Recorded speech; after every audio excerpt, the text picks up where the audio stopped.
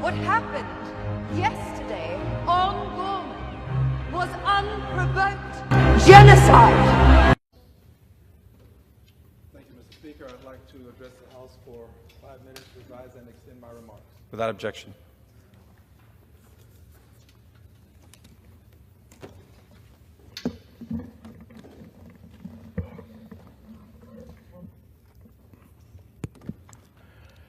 And still I rise, Mr. Speaker. And I rise today, Mr. Speaker, to speak truth to power, as well as speak truth about power. I rise to speak truth about what's happening to the Palestinians in Gaza. I rise to ask, what do you call it when you have a group of people who are being denied food, denied the very essence and necessities of life, when you're destroying their homes, when you're destroying their schools, when you're destroying their churches, their infrastructure? What do you call it when you do this to them as a group? Collective punishment. It is called collective punishment, Mr. Speaker. And what do you call it when you have a group of people who are being pushed around, pushed from one end of Gaza to the other, when they are literally being slaughtered as they are seeking food? What do you call it when people say that they ought to be removed from their land? You call it ethnic cleansing, Mr. Speaker. And what do you call it when it appears to me that there is a deliberate, systemic effort to destroy in whole or in part the Palestinian people, to destroy them in whole or in part? We are witnessing before our very eyes, Mr. Speaker, genocide in Gaza, and we say nothing. I am amazed at how this country that stands for liberty and justice for all, this country that has a Statue of Liberty, how this country can see what's happening in Gaza and not call it what it is. There's a fear among us. We refuse to speak truth to power. We refuse to speak truth about power. Well, today I'm going to do it. And I'm doing it because these are precious babies that are being slaughtered. You see the bodies. You see the homes. You see the infrastructure. But you say nothing? Who are we? What is wrong with us? What is going on? Well, here's what's going on. We have an authoritarian leader who is supporting another authoritarian leader. Our president, the Prime Minister of Israel, they are working together, and they are doing this. Our president said there would be hell to pay if they did not move or if they did not surrender. Not in those exact words, but that was his intentionality. And he's talking about the people of Gaza now. I'm not talking about Hamas that did a dastardly deed. What Hamas did can never be justified. They were wrong, but you can't justify what's happening in Israel right now. It is collective punishment. It is ethnic cleansing, and it is genocide. So, Mr. President, Donald John Trump, I say to you, Mr. President, you've been trying to hide from this. But, Mr. President, you can't hide. I charge you with genocide. Mr. Netanyahu, you are the perpetrator. I charge you with genocide. And also, I want this Congress to know that I voted against sending any additional monies to Israel for munitions. I voted against it. And if this genocide is going to continue until we have the courage to say no more money to kill babies, no more money to say you're going to move people and create some sort of Riviera on the Mediterranean. No more. I will not vote for any more money.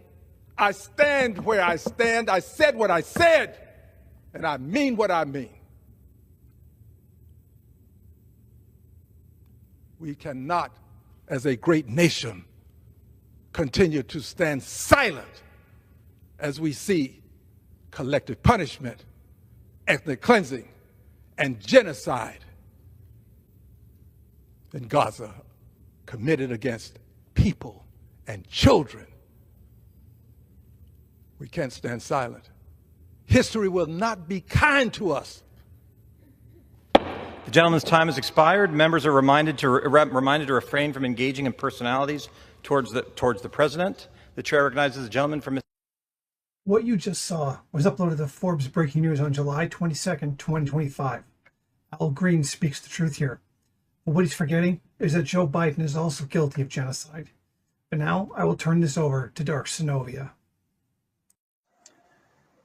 Jesus. You know, when things couldn't get any more crazy, I somehow get surprised.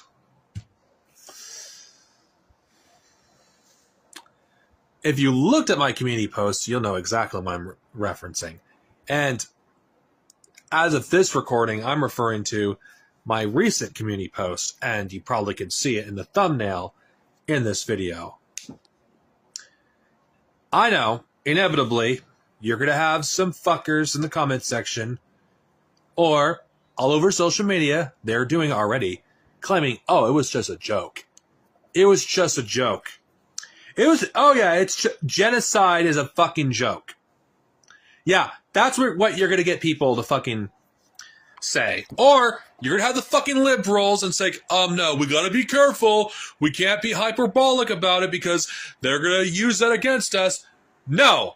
We have to call a spade a fucking spade. I am sick and tired of compromising with our fucking language. Seriously, genocide is happening right now all over the fucking planet. Whether it's in Gaza, whether it's in Africa, South America,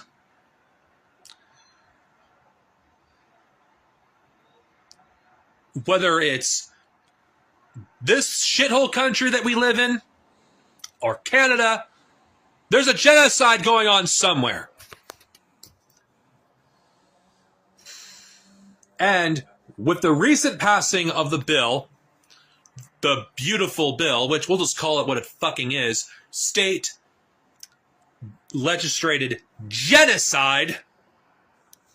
But you're not going to hear anyone call that bill what it actually is. State legislated genocide. State sanctioned genocide. Think about this, folks. You're telling me kicking tens of millions of people off Medicaid isn't in the purpose of killing poor people, killing disabled people, killing elderly people? You're telling me there isn't some intent to kill people because these psychopaths, they don't see our lives as valuable, that this isn't a genocide? You're telling me there isn't a genocide planned. Why the fuck would you kick people off Medicaid if your intent isn't to fucking commit genocide? But because we live under the capitalist system, deaths that happen under capitalism is not considered murder. But under socialism, any death that happens, whether intentional or not, is considered murder by that ideology. Think about this. Tens of millions of people will die in the upcoming years. And it's not going to be like slow deaths. These are going to, a lot of it's going to happen at once. You think COVID was bad? We still don't know the fucking numbers of that amount of disabled people they've allowed to die under COVID, or the amount of the elderly they allowed to die under COVID. We're being gaslit into believing, oh, we're not kicking people off Medicaid. We're forcing people to go back to work, which You have to be a fucking idiot if you actually believe anything Republicans have to say. And at this point, anyone that actually listens to fucking anything that the MAGA has to say, you are a fucking idiot. You're really going to tell me that MAGA isn't a genocidal death cult? As of this recording, Luna Loomer made a joke on Twitter about feeding 65 million people to the alligators in Florida. You know, that prison which is basically Auschwitz in America. A fucking joke. But of course, everything is a fucking joke to these people. Everything's a joke. Because that's how genocide has fucking been normalized. Like, it's a fucking joke. The suffering and the mass deaths of people is a joke. Like, the same people that make a joke about deliberately fucking starving fucking Palestinian children are the same kind of people that make jokes about feeding 65 million Mexicans to fucking alligators. Genocidal rhetoric is being normalized. You see the kind of world that we're fucking in right now? We're in a world where sociopathic behavior is being normalized. And the most radical thing you could do, and it shouldn't be radical, is to actually care about other human beings. This is the state of the world that we're living in right now. That caring about other people, caring about somebody that isn't yourself, not being a selfish piece of shit, that's considered radical. Being against genocide is being considered radical. Think about that. Think about that. The kind of world that we live in today, being a selfless person is not considered socially acceptable. The powers that be, those who control our government, deem it unacceptable to actually be a good person, to actually genuinely want to help others. And if you actually are a Christian, not a fucking Christian nationalist, a degenerate that goes against everything that the Christian religion stands for, that worships a golden idol, which is what Trump is, not those Christians, but Christians that actually live their religion, that actually help others, that generally are Christian. Because in America, if I hear someone's a Christian, I don't trust you. Because to me, words are cheap when it comes to religion in this country. Religious people fucking barely exist. Christian nationalists are not religious. Their religion is white supremacy. White supremacy is a fucking death cult. And I know, I may have said some things that may be considered insensitive regarding what's going on in Texas right now. Those deaths could have been avoided. Those deaths could have been avoided. But the profit motive mattered more than the livelihood of other people.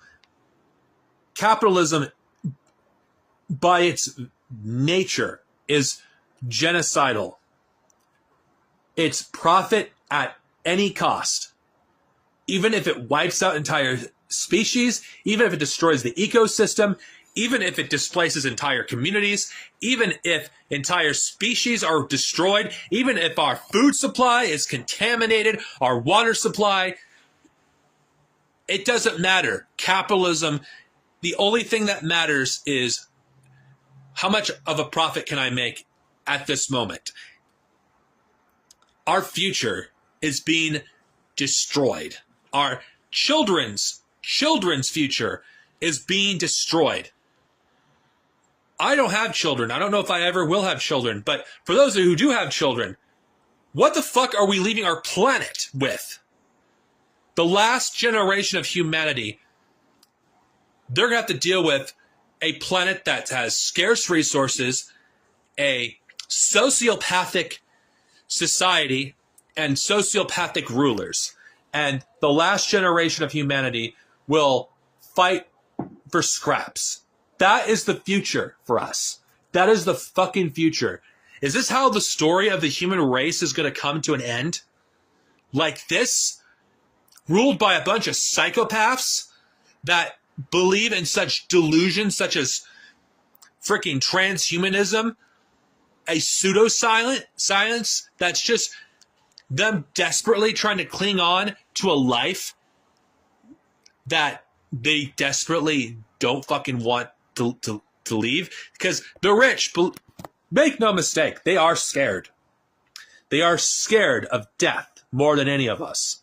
Because when they die, all that wealth they've accumulated will be for nothing.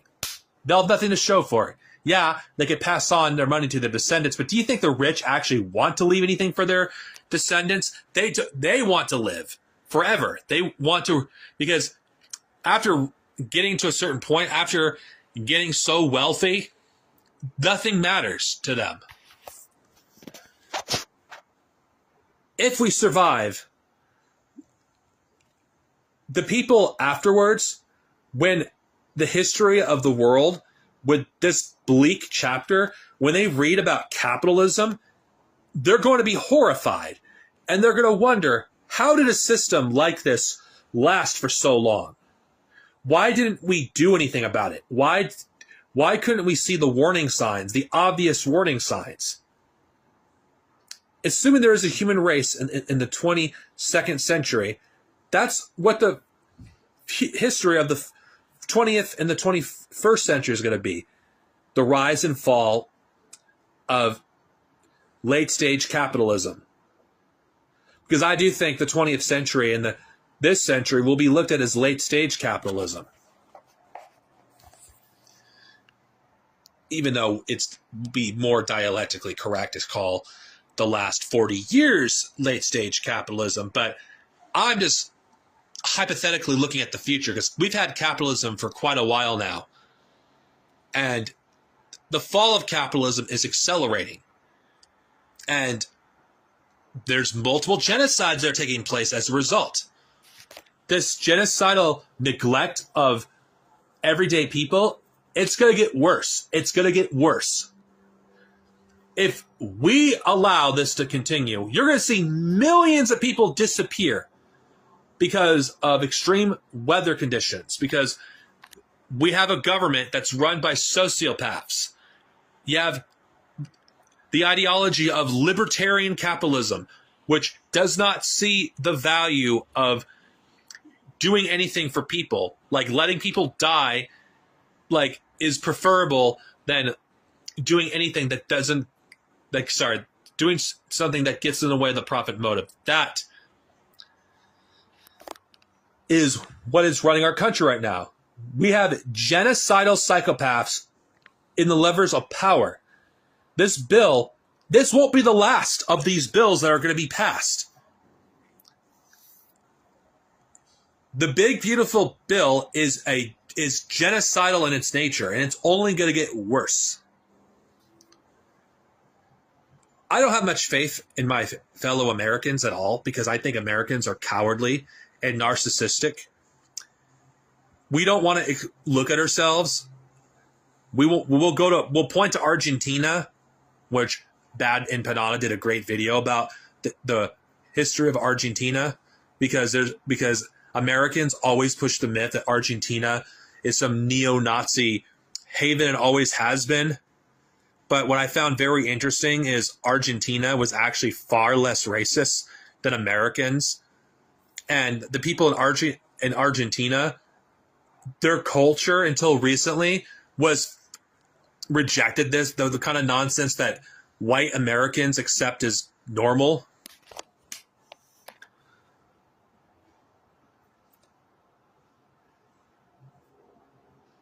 Honestly, for the sake of our planet, we have to do something.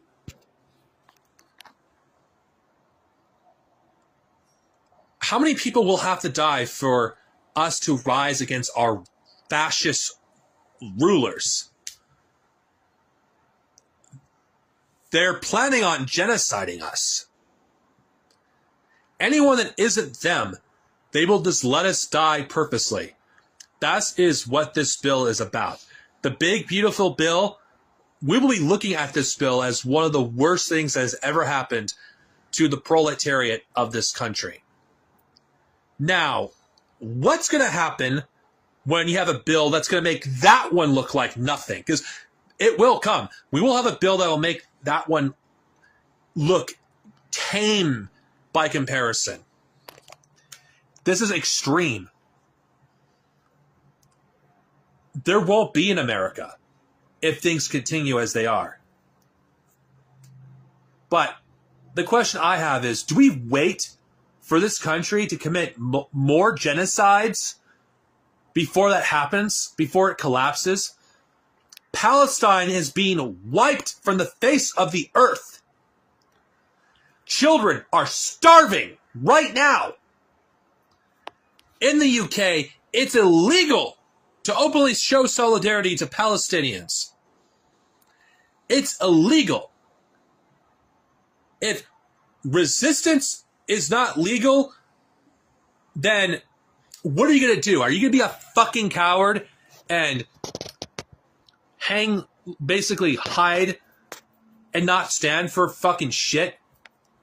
Palestinians are fucking getting starved to death right now. You think they won't do it here? You think they won't fucking do the same thing on our own soil?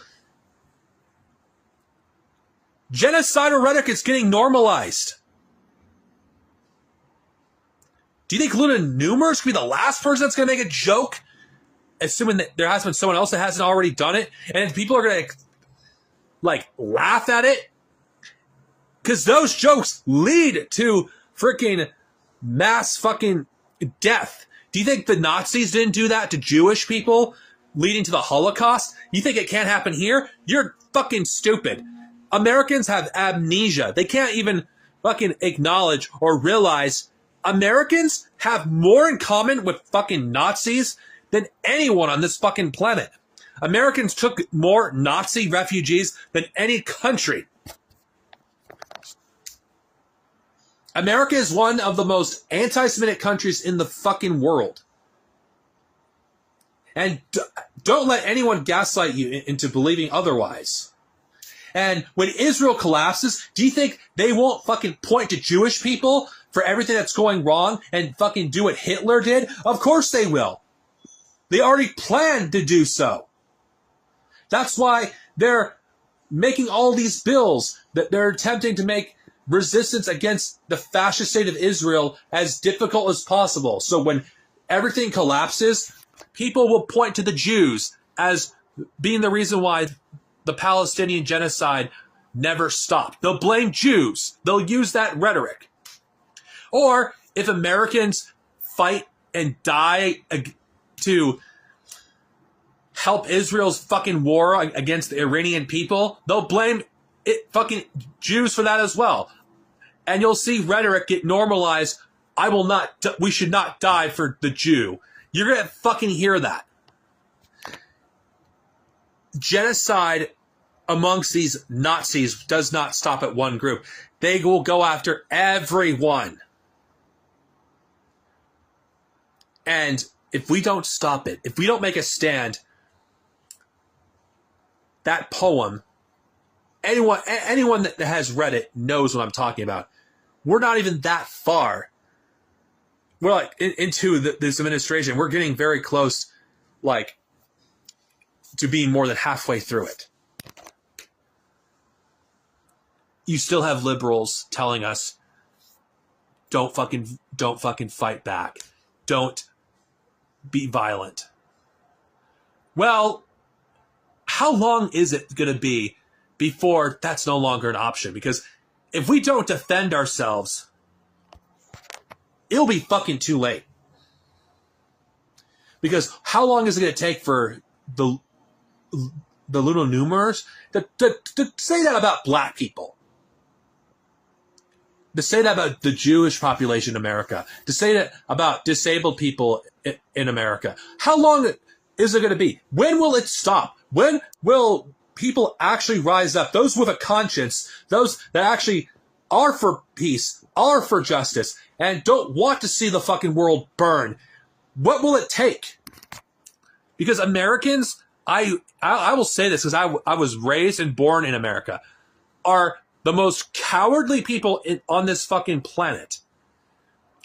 We talk about peace. We talk about this is not who we are every time there's a thing of violence, every time there's a shooting. But Americans, you need to fucking hear this. We're genocidal. White fucking America is genocidal. White America is violent. In fact, the most violent people in this fucking country are white people. White people commit the most crimes. White people commit the most murders. White people are the one that are instigating violence. White people are the ones that openly promote terrorism. It's white people. They're the reason why things are as bad as they are. And some fucking reactionary shithead can say, oh, you're just being anti-white. You know what? Good. Maybe we should be anti-white because fuck white culture. There is no culture in America. The only thing that is good about this country comes from black people. You fucking racists don't like the fact that all the fucking good shit from this country come from Jews and black people. Get fucked. Seriously, get fucked. Mexicans also. All these groups have made something worthwhile about this country. Anything that's worthwhile comes from them. White people are fucking the biggest parasites on this fucking planet. Like, how many freaking ethnic groups has this country genocided out of existence? We have to put our foot down because if we don't fucking stop the genocide that's going on in America, there will be a lot more victims. And believe me, if you think 65 million people cannot disappear, you would be mistaken. You cannot underestimate the depravity of these fucking Nazis. Does Nazis deserve the wall? And we need to have that mentality. We need to treat all fascists, whether they're Zionists, Mormons, the same. No exceptions. We cannot afford to be soft on these people because right now, as we speak, people are suffering. There's a planned genocide for the poor and the disabled with the big, beautiful bill that has been passed. And there'll be something that's going to be a lot worse. It won't be the last. Trump, it doesn't matter if Trump were to die tomorrow. Because Trump is a symptom. I'm not going to do this liberal garbage that it would all end if we just removed Trump. It didn't end when Trump was removed from power. Things got fucking worse. Trump just reinforces these things. Americans have a choice. If you want to survive, you will have to rebel against your government. Because if not, you and your children will fucking die.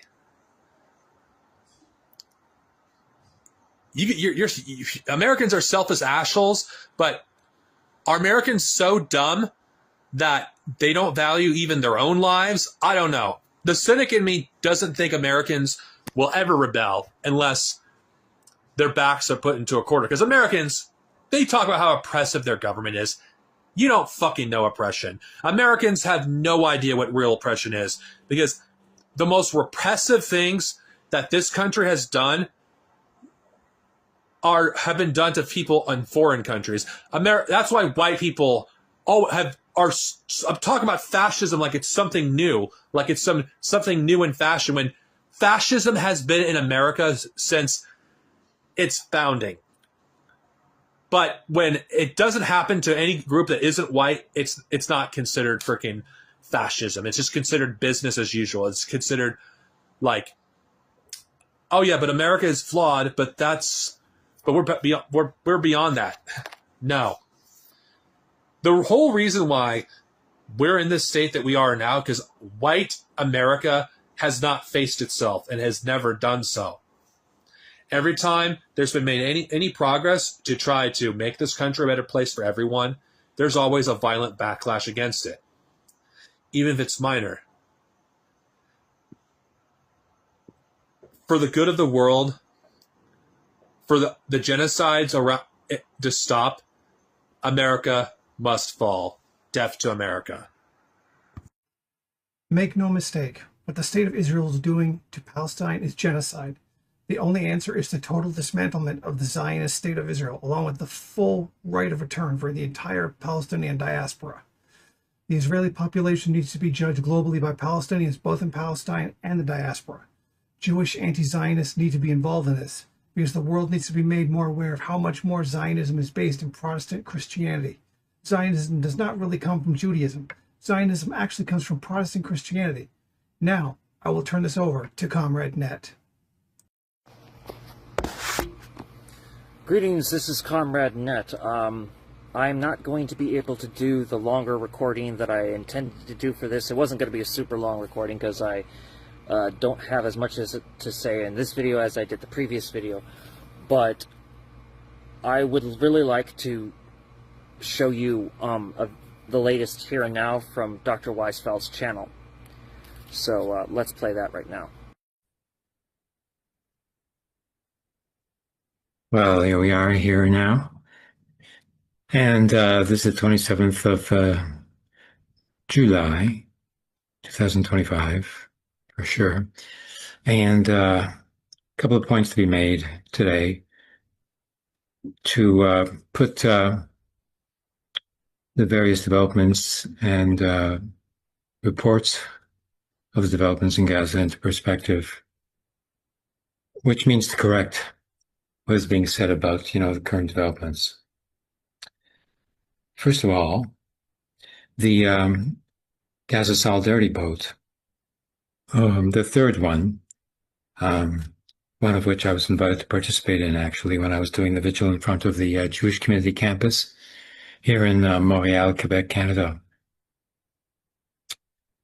And the boat was stopped in what is called international waters. And it looks like, from the map, that's just outside the waters that are territorial waters of Gaza. Now that's interesting, because in the territorial waters of Gaza, underneath the Mediterranean Sea, is a big stash of natural gas, mostly in the territorial waters of Gaza. So, if one is wondering why, previous military incursions into Gaza lasted, a couple of weeks, and why this one is lasting like 61 weeks, is because of the gas. The gas, which is, now known to contain 1.3 trillion cubic meters of gas, which can be sold for $500 billion. So, it's bloody big motivation for the Zionist state to take control over Gaza, no matter how, with no matter what consequences, because after all, there's $500 billion at stake. It's a big poker game. So, that's the first point that has to be made, because the war on Gaza is being portrayed as nothing more than a barbaric exercise by barbarians on behalf of Jewish supremacy, all of which is a lie. I mean, the state, of Israel had a certain coalition which was fascistic, barbarian, yes, as there are fascists in every other nation as well. But here the Zionists have chosen to degenerate into the essential sort of character of the colonial enterprise, which is called, the State of Israel, but which is really the Zionist Judeo-Christian crusader mentality, which is continuing the occupation of the Palestine, which was initiated by the British Empire in 1917, when General Allenby walked into Jerusalem and proclaimed it to be the last crusade. Crusade, of course, is an occupation by the Western Christian nation states, which had attempted in various times, to maintain control over the area, and were defeated by, amongst others, Saladin, So that's the first point to be made here, that the reason for the war in Gaza is not revenge, for October the 7th. It's not Islamophobia.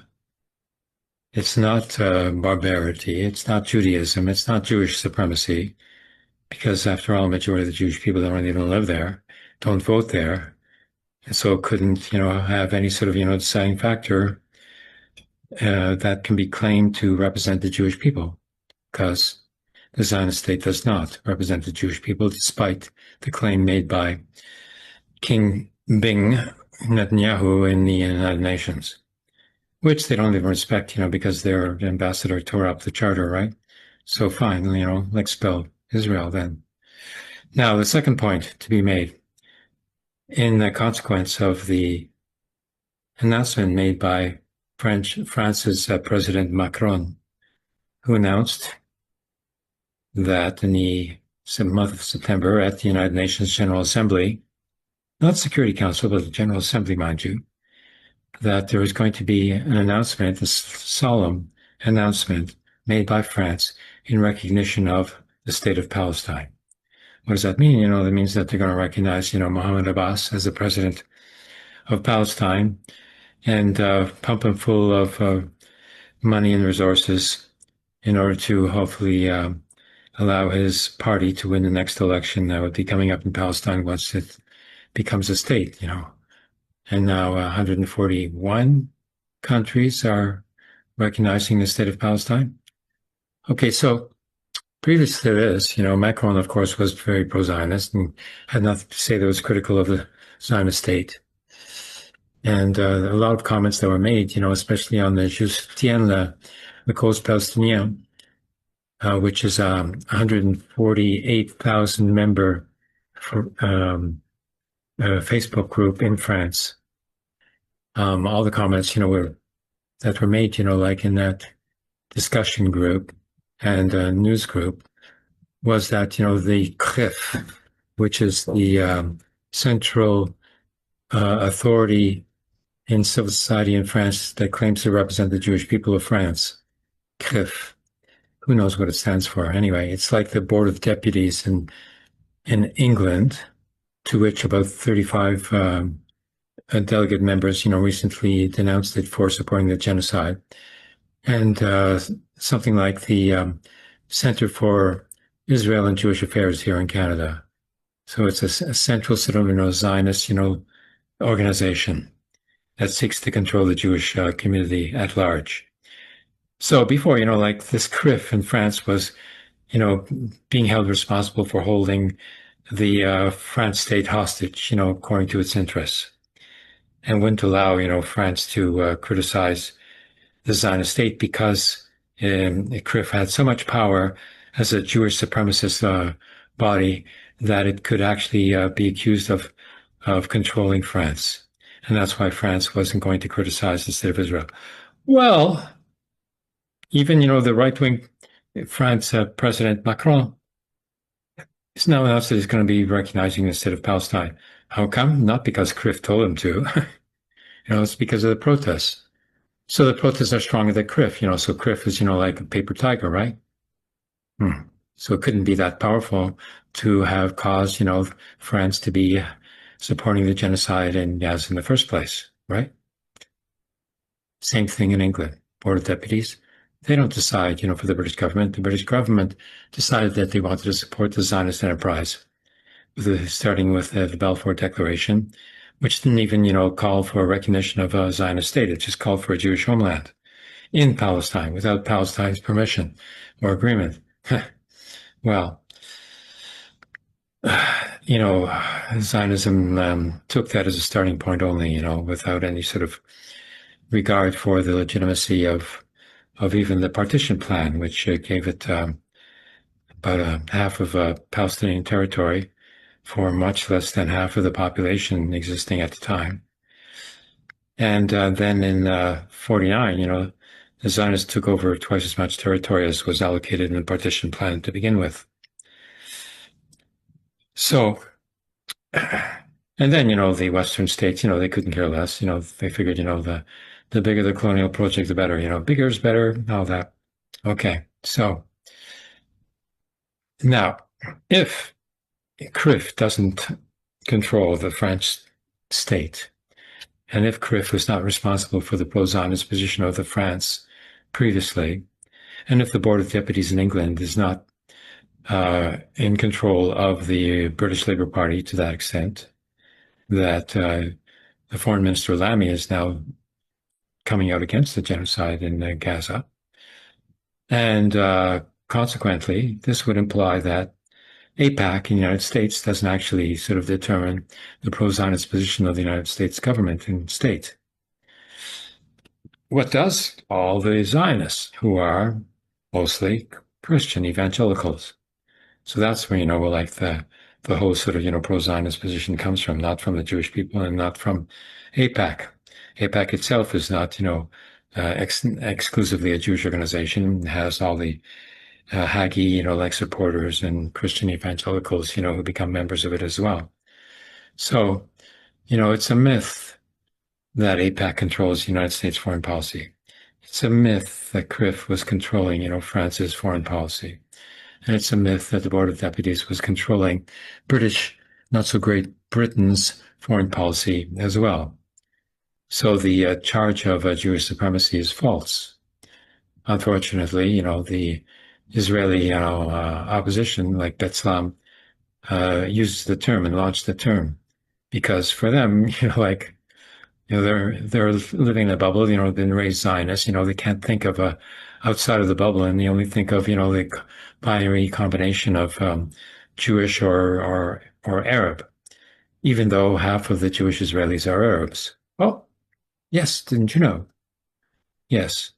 In fact, in the 50s, when the Jewish populations of the Arab countries, the Jewish Arabs, that means to say, like if Jewish people living in the United States are American, then Jewish people living in Tunisia, Algeria, Morocco are, living in Arab states, and they are themselves Arabic, and they spoke Arabic, So these are Jewish Arabs. They even have, the skin color, to confirm it as well.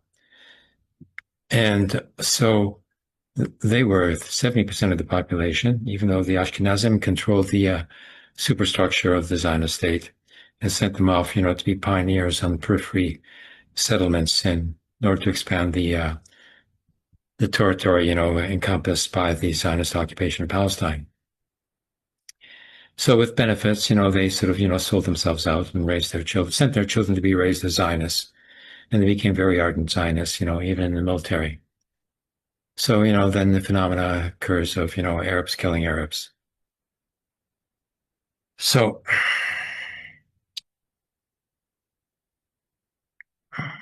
now, that was the problem of the Israeli left, which is predominantly Ashkenazi, that is European.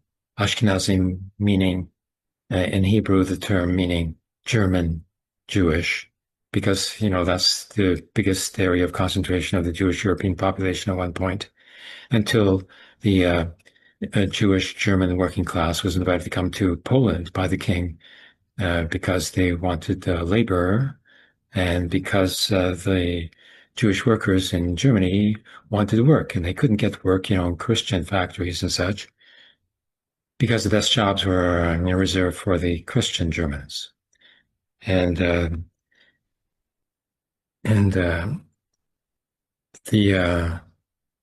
Jewish industrial capacity was nil. I mean, talking about blacksmiths and clothing shops, and that's about it. So they went to Poland, and these Ashkenazim, from the very beginning, ended up marrying with European women who converted to Judaism, because there was no women coming from other places to live in Germany under the Roman Empire, which wouldn't allow such of immigration. But they did take Jewish traders to work and build up the economy in Rome. And they did accept Jewish slaves as well under the Roman Empire. Yes, there were Jewish slaves. Later on, there were Nazi slaves, like my Aunt Toby, who worked in a munitions factory in Germany during the war, under the pain of death. So now we have the Zionists, buckling under the pressure of the Western states that are suffering the loss of popular support due to the protests in solidarity with the Palestinians and Gaza in particular. So now the Zionist machine is allowing aid to come in at a trickle still. Even 100 trucks a day, is nothing compared to the necessary minimum 600 a day that even Queen Noor of Jordan, Palestinian, announced as being a minimum. So in order to sort of, avoid the charge of genocide, to which they have been accused and to which they are offering the proof of. So now they're trying to prove the contrary, in spite of having propagated a genocide, for 2 years. So they're dropping food aid, even by parachute, just like China did in May.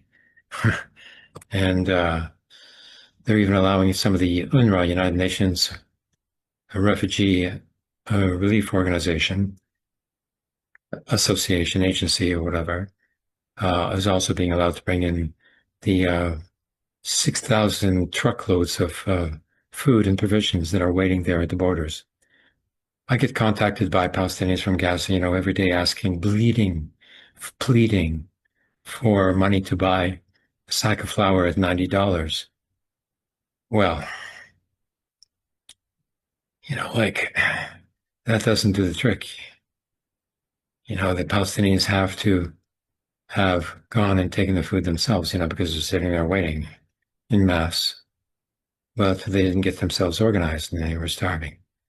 Now it's the international pressure which is having the effect that's necessary to relieve, the starvation to a minimal degree, because it's too late, to get all the food there, to everybody, and to medically sort of recuperate their bodies to a point where they can eat food is the necessary situation. Otherwise, they're going to be dying. Even with food available, they're going to die. Just like happened in the Jewish ghettos and in Jewish concentration camps.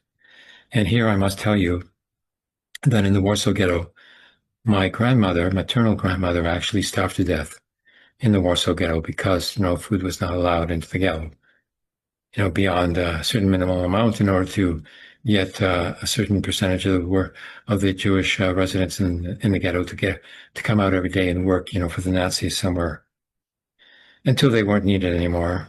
Actually, they were needed, but they were sent off to be killed and burnt anyway. It's weird, really weird. But that's what, Nazis are all about. And incidentally, there's this pop rock song called Sexy Cool.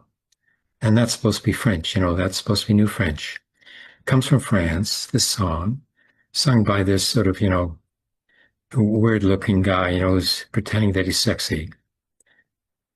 And embedded, a subliminal message in the song is 3 times it says, like a Nazi in French, comme un Nazi. And, they would sing it out and stretch it out, so that you couldn't be immediately identified. But in the background, you can hear, comme un Nazi, something like that. 3 times, you can tell what it is, yeah. Because there's some sort of, a Christian sort of, thing that Nazis look cool and sexy, even though their leadership was entirely bizarre and ugly. Christian mentality, has all sorts of, bizarre stereotypes embedded into its mentality, including the various superstitions. I should mention, the one superstition comes mainly from Spain, that you cannot allow plants into your bedroom because they will kill you while you sleep. Why? I don't know. Why? Because, they breathe oxygen, when there's no sun. Well, So does the little pet that sneaks up on them and crawls into bed with them. Really.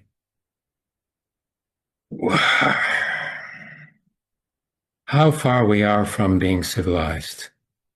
Civilization is only a word now. You know, it's got to change. And it will. So, welcome back. So, there's a lot I could say about this, but I'll save the more windbaggy shit for the next Stop Genocide video. With that said, I would really like it if more people subscribed to Dr. Weisfeld's channel. I've been trying to get more people to subscribe to his channel. He only has 930 subscriptions to his channel, but I would like to see it get up to 1,000. And I hope that he can be covered, and everything that happens when he gets back to Nablus, Palestine, can be covered by networks so that it is known what is going on. One thing I'm going to say that may sound controversial, people, is that due to the fact that he was right, I waited in Nicaea. You know, he had made the claim that, you know, the Knesset was going to split, and he was right. I watched because what he referred to, what he had explained about that, was very plausible, and it happened exactly the way that he said it would. So believe it or not, actually, you should just believe it. There is a demand right now within the State of Israel for an anti-Zionist party. If you have an anti-Zionist party, do understand what that means is that you're seeking an end of the State of Israel itself. He has been trying to encourage this forever, and now that the ultra-Orthodox, not the faithful ultra-Orthodox of Meir Shirim that are the Jewish Palestinians that you saw in the previous video, but the ones, it's usually coming from B'nai Brak, I think is what it's called. I'll try to get the right name for that next time. Like I said, this phone, I had a prototype version of this video, and to heat up because this is the only time I can record right now, and because I'm extremely busy. And the last time, just a couple minutes ago, I tried to record this, it heated up on me, and I don't have much time left. But there's a split right now in the Knesset. You know, bigots believe, oh, Zionist is a person with long payas coming out and looks super religious. No, a Zionist is somebody who's typically with no beard in the face, and they'll have a joke of a yarmulke or kippah on, and they won't really be into anything, but they'll say, oh, I'm Orthodox, heck, I'm ultra-Orthodox. And meanwhile, they'll be, like, eating pork secretly. That's kind of describes the entire Netanyahu cabinet, as a matter of fact.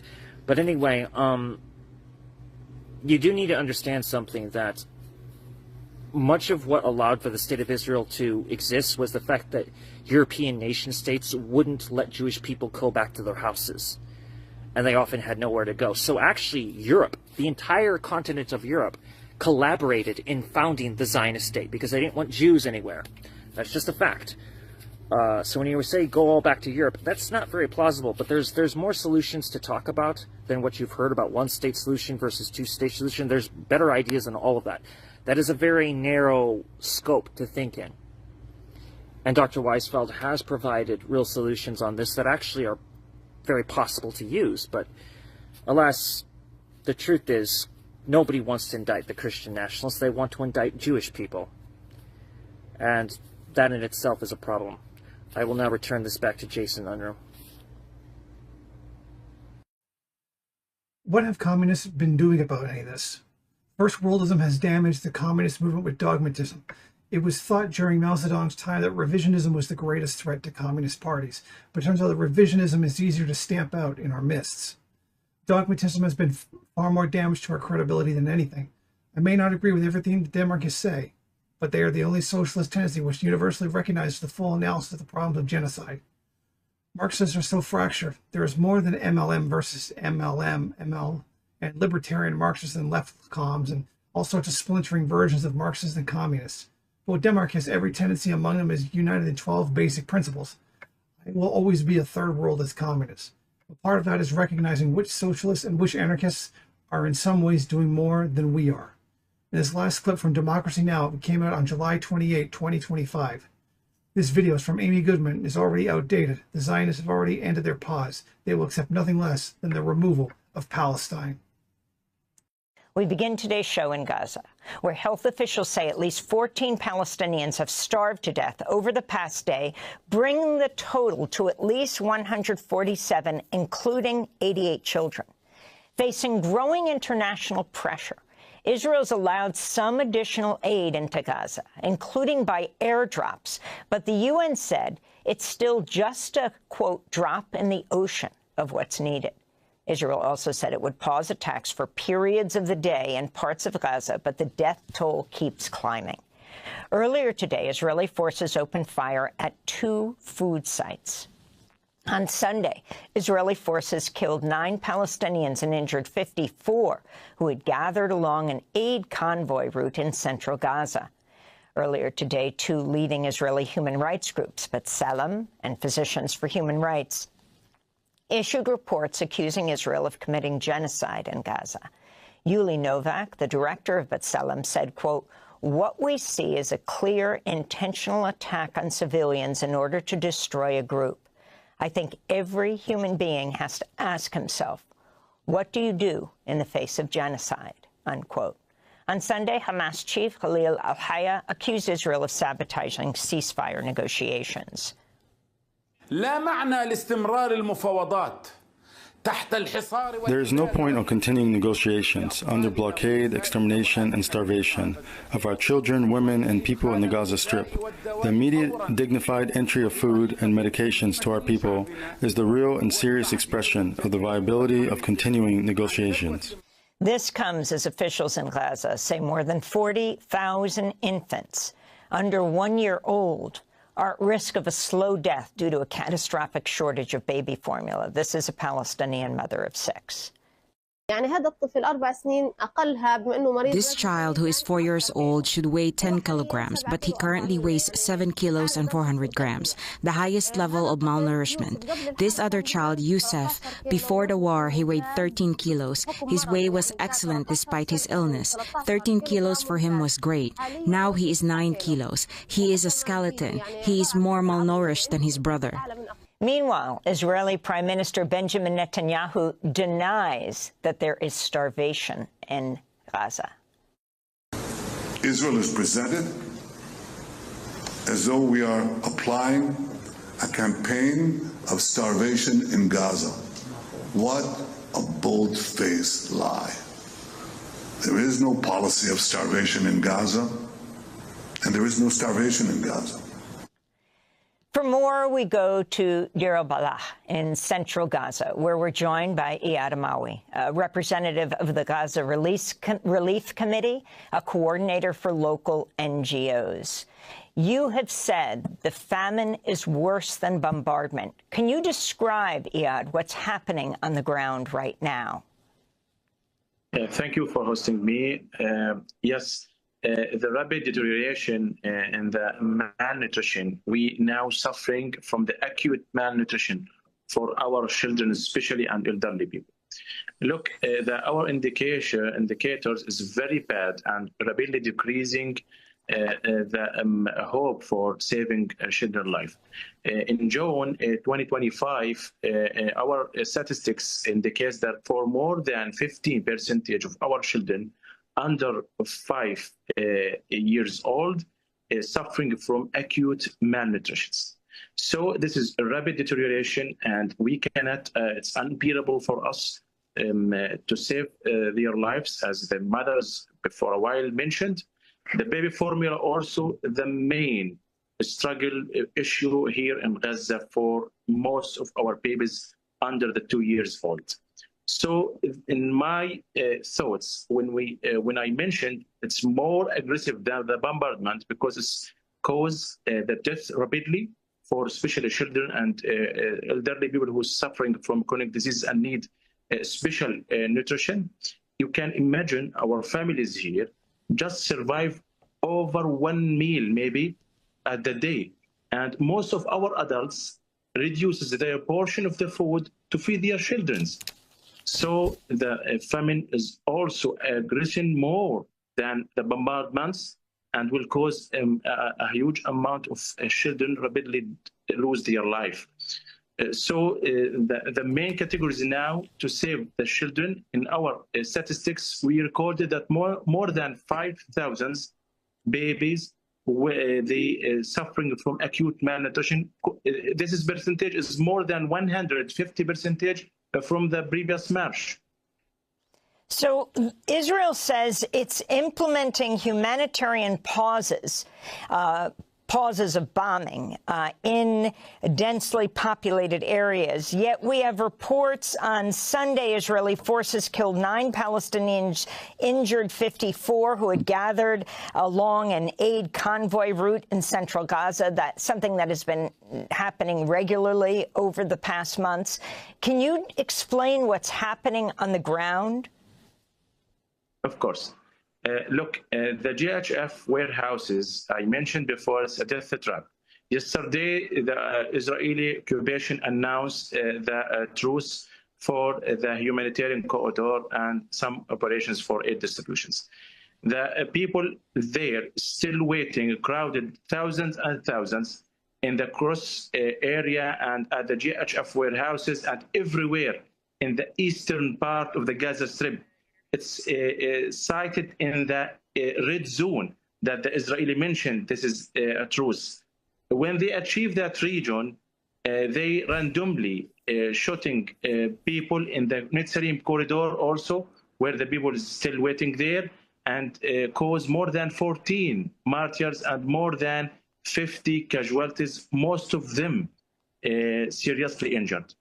So over the ground, nothing tangible changed from after the Israeli announced the ceasefire temporary for aid and distribution of aid. And also the amount of foods they let come into the Gaza, it's completely will not change the catastrophe here because it's very less, more than our daily needs here.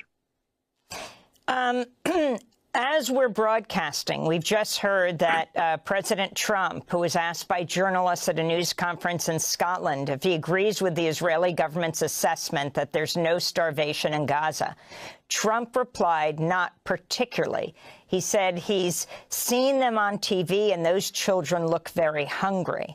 The U.S. president added that the U.S. is giving a lot of money to support the aid effort in Gaza. He recently was interviewed and said the U.S. had given $60 million in aid. Where was the thank you, he asked. Eyad Amawi, if you can talk about what's getting out there and your response to President Trump.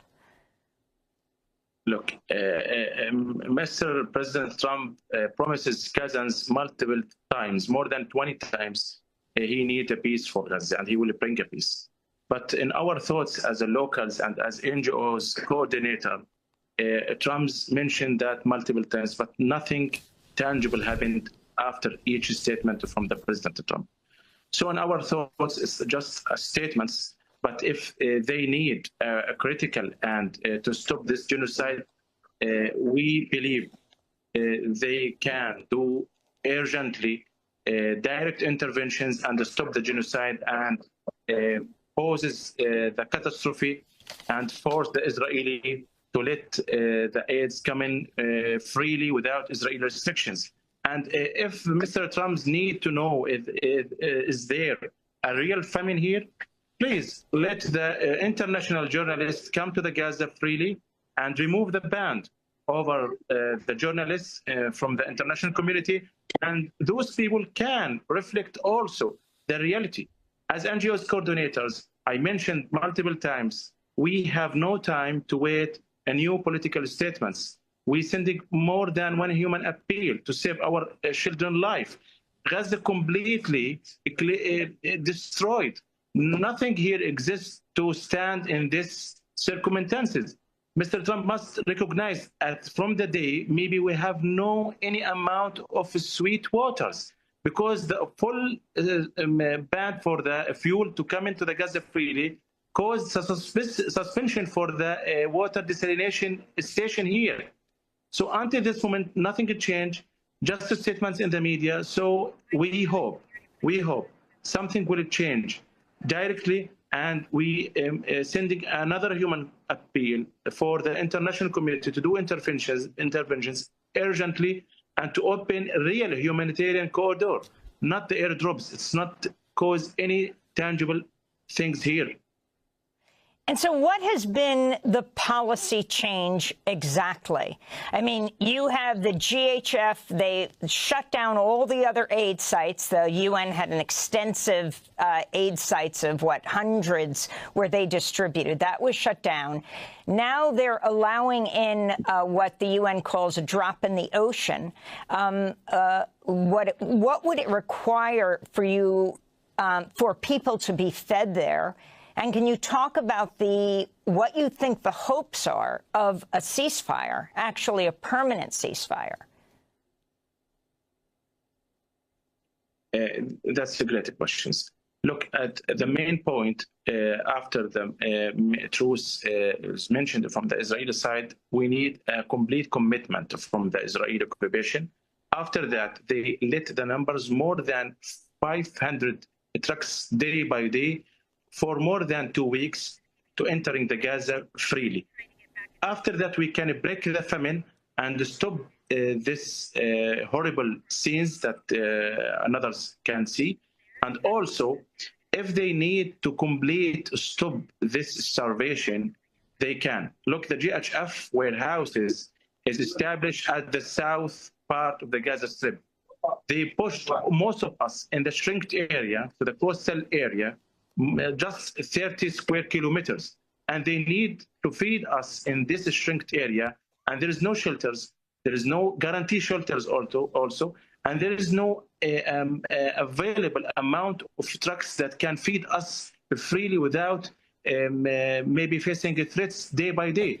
You cannot imagine when the people is crowded over the trucks and maybe have a lot of aggression between the civilians here.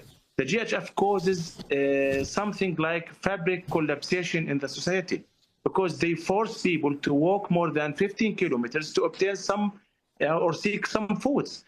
It's unbearable for the women and children and elderly people and who have a disability to move to day by day to go to the GHF warehouse at Rafah. I know a lot of my peoples went there from the north and from the Gaza town. They walked more than 15 kilometers. That's horrible scenes. They cause for those civilians suffering more and more. This is a collective punishment, really. Iyad Amawi, I want to thank you very much for being with us, representative of the Gaza Relief Committee, coordinator for local NGOs, speaking to us from Deir al-Balah in central Gaza. Thanks for watching Democracy Now! On YouTube. Subscribe to the channel and turn on notifications to make sure you never miss a video. And for more of our audience-supported journalism, go to democracynow.org, where you can download our news app, sign up for our newsletter, subscribe to the daily podcast, and so much more.